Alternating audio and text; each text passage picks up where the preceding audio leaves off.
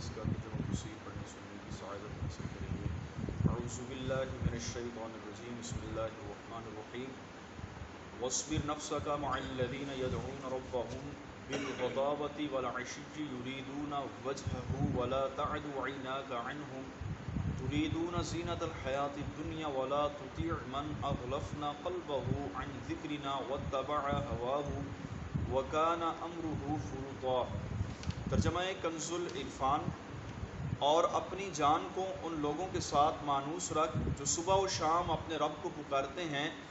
اس کی رضا چاہتے ہیں، تیری آنکھیں دنیاوی زندگی کی زینت چاہتے ہوئے انہیں چھوڑ کر اوروں پر نہ پڑیں، اور اس کی بات نہ مان جس کا دل ہم نے اپنی یاد سے غافل کر دیا اور اپنی خواہشوں کے پیچھے چلا اور اس کا کام حد سے گزر گیا۔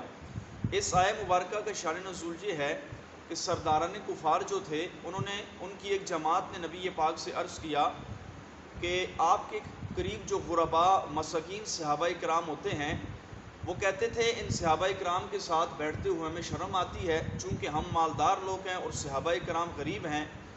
اگر آپ علیہ الصلوۃ والسلام چاہتے ہیں کہ ہم آپ پر ایمان لے کر آئیں، آپ کا کلمہ پڑھیں، ہمارے ساتھ ہمارے قبائل کلمہ پڑھ کر مسلمان ہو جائیں، تو آپ ان غریب صحابہ کرام کو اپنے سے دور کر دیں۔ تو اس پر یہ آیہ کریمہ نازل ہوئی اور نبی پاک علیہ الصلوۃ والسلام کو فرمایا گیا کہ اپنی جان کو ان لوگوں کے ساتھ مانوس رکھیے جو صبح و شام اپنے رب کو پکارتے ہیں، اس کی رضا چاہتے ہیں، یعنی اخلاص کے ساتھ ہر وقت اللہ تعالیٰ کی اطاعت میں مشغول رہتے ہیں۔ چونکہ اللہ تعالیٰ کی بارگاہ کے اندر مال و دولت نہیں دیکھے جاتے، ارشاد فرمایا ان اکرمکم عند اللہ اتقاکم، کہ تم میں سے اللہ کے ہاں وہی سب سے زیادہ پسندیدہ ہے جو تم میں سب سے زیادہ متقی و پرہیزگار ہے۔ اس آیہ مبارکہ سے مفتی صاحب فرماتے ہیں بہت سارے مسائل معلوم ہوتے ہیں، جن میں سے چند آپ نے تحریر فرمائے۔ نمبر 1 فرماتے ہیں نبی پاک صلی اللہ تعالیٰ علیہ وسلم کی ذات وہ بابرکت ذات ہے جس کی تربیت خود اللہ تبارک و تعالیٰ فرماتا ہے۔ اسی طرح فرماتے یہ بھی معلوم ہوا کہ اچھے لوگوں کے ساتھ رہنا چاہیے، اگرچہ اچھے لوگ غریب اور فقراء ہی کیوں نہ ہوں، اور برے لوگوں سے دور رہنا چاہیے، اور ارشاد فرمایا کہ اگرچہ وہی لوگ مالدار ہی کیوں نہ ہوں۔ اسی طرح فرمایا یہ بھی معلوم ہوا کہ صبح و شام خصوصیت سے اللہ کا ذکر کرنا بہت افضل ہے۔ قرآن پاک میں بطور خاص صبح و شام کس ذکر کو بکثرت فرمایا گیا، اور اس آیت کے علاوہ بھی بہت ساری آیات کریمہ ہیں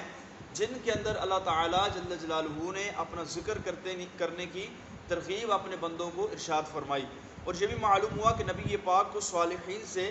بطور خاص محبت تھی کہ نبی پاک علیہ الصلوۃ والسلام کو اس بات کا حکم دیا گیا۔ اور اس طرح فرماتے مزید اس آیت میں دنیا داروں کی طرف نظر رکھنے اور مالداروں کی پیروی کرنے سے ممانعت کا حکم دیا گیا۔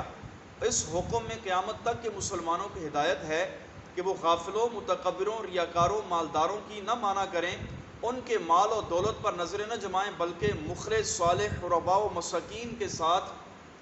اپنا تعلق قائم رکھیں، انہی کی اطاعت کیا کریں۔ اور دنیا کی محبت میں گرفتار مالداروں کی بات ماننا دین کو برباد کر دیتا ہے۔ قرآن و حدیث کی روشنی میں جو بات سمجھ آتی ہے وہ یہ ہے کہ مالدار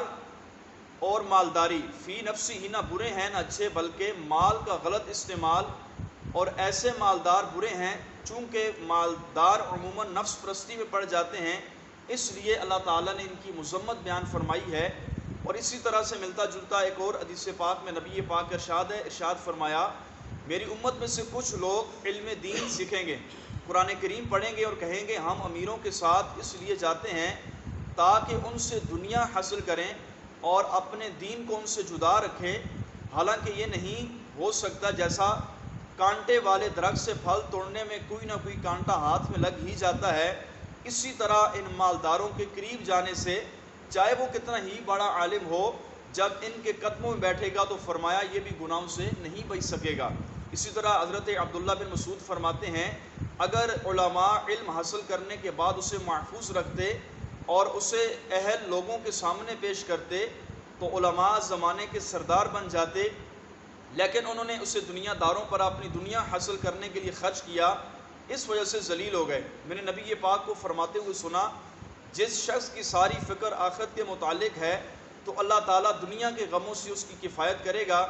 جو شخص دنیاوی امور میں پریشان ہوتا رہے گا اللہ تعالیٰ کو اس کی پرواہ نہیں، وہ کسی وادی میں گر کے مر جائے. یعنی جو دنیا داروں کے پیچھے پڑا رہتا ہے اور علم بھی اس لیے حاصل کرتا ہے کہ دنیا کا مال اور دولت کمائے. اسی طرح نبی پاک نے فرمایا جو شخص علم صرف اللہ تعالیٰ کی رضا حاصل کرنے کے لیے نہیں بلکہ دنیاوی مقاصد حاصل کرنے کے لیے علم دین حاصل کرے تو فرمایا قیامت کے دن وہ جنت کی خوشبو کو ہرگز نہ پائے گا. اگر ہم دونوں طبقوں میں غور کریں، دنیاوی لوگ تو چونکہ علم جو دنیا کا لوگ پڑھتے ہیں وہ ان کا تو مقصد ہی پیسہ کمانا ہوتا ہے، چونکہ پہلے تو تعلیم ایک شعور حاصل کرنے کے لیے کی جاتی تھی حاصل، اور اس دور کے اندر جو دنیاوی تعلیم حاصل کی جاتی ہے وہ پیسہ کمانے کے لیے کی جاتی ہے. اور دین کی تعلیم جو لوگ حاصل کرتے ہیں ان کے اندر بھی ایک طبقہ ایسا ہوتا ہے جن کا مقصد دنیا کمانا ہوتا ہے، دین سے ان کو کوئی بھی غرض نہیں ہوتی. چونکہ علماء ربانیین جو ہیں ان کا مقصد ہی اللہ تبارک و تعالی جل جلالہ کی رضا حاصل کرنے کے لیے ہوتا ہے. اور علماء کرام رحم اللہ المبین کی شان کیا ہے کہ جو علماء کرام ہیں اگرچہ بظاہراً ان کے حالات جو ہیں ہمیں ٹھیک نہیں لگ رہے ہوتے، لیکن امیر اہل سنت دامت برکاتہم القدسیہ ارشاد فرماتے ہیں، آپ ارشاد فرماتے ہیں، میں نے کئی بار لوگوں کو اس بات کا چیلنج کیا ہے کہ آپ ارشاد فرماتے ہیں مجھے دین کا ایک بھی عالم آپ دکھا دیں جس نے 1400 سال کی تاریخ کے اندر خودکشی کی ہو، اس وجہ سے کہ اس کے پاس کھانے کو کچھ نہ ہو یا اس وجہ سے کہ اس کا رشتہ نہ ہوا ہو. آپ ارشاد فرماتے ہیں دنیا کی تعلیم حاصل کیے کئی لوگ آپ کو ایسے ملیں گے جو آج چھولوں کی روٹی لگاتے ہیں. اللہ کریم ہم سب کو علم دین شوق و محبت کے ساتھ حاصل کرتے رہنے کی توفیق نصیب فرمائے. آمین بجاہ النبی الکریم صلی